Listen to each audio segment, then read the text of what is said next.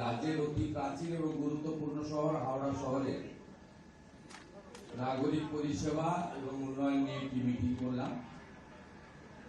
মূলত 1 দশকেরও বেশি সময় ধরে হাওড়া কর্পোরেশন ইনক্লুডিং বালি তার নির্বাচন না হওয়ার ফলে এখানে জনগণের নিত্যদিনের যে পরিষেবা ভীষণভাবে বিঘ্নিত হচ্ছিল।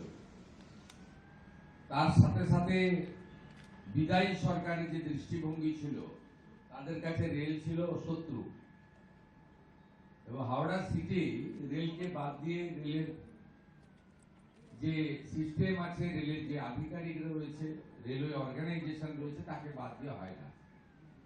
আমরা এখানে হাওড়া পুলিশ কমিশনারেট এলাকার 4 জন এমএলএ সহ আমাদের ডিস্ট্রিক্ট ম্যাজিস্ট্রেটের নেতৃত্বে সিভিল অ্যাডমিনিস্ট্রেশন ইনক্লুডিং এইচএমসি এবং Bally municipality, KMDA, Howrah improvement trust, HIT, ডিজিপির নেতৃত্বে সিপি সহ পুলিশ আধিকারিকরা এবং আমাদের জিএম 2 জন ছিলেন, ইস্টার্ন এবং সাউথ ইস্টার্ন, ডিআরএম ছিলেন, রেলওয়ে অথরিটি।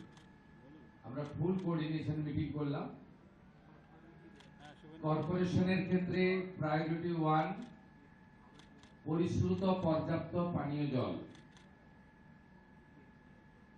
2 ক্লিনিং, 3 নিকাশি ব্যবস্থা, 4 অন্যান্য নাগরিক পরিষেবাগুলোকে ইনক্লুডিং পার্ক থেকে শুরু করে স্বাস্থ্য কেন্দ্র থেকে শুরু করে পৌরসভা পরিচালিত এডুকেশন ইনস্টিটিউশন থেকে শুরু করে সেগুলোকে ঠিকঠাক করে করা।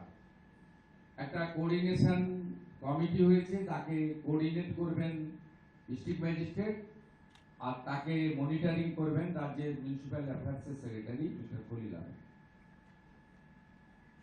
আমরা রেলের পার্টে কি কি কাজ, আমাদের পার্টে কি কি কাজ, এর একটা লিস্ট আমরা করব। জেনারেল ম্যানেজাররা তাদের ইঞ্জিনিয়ারিং সেলকে নিয়ে এসেছিলেন, তাকেও যুক্ত করে দিয়েছেন। হাওড়া শহরের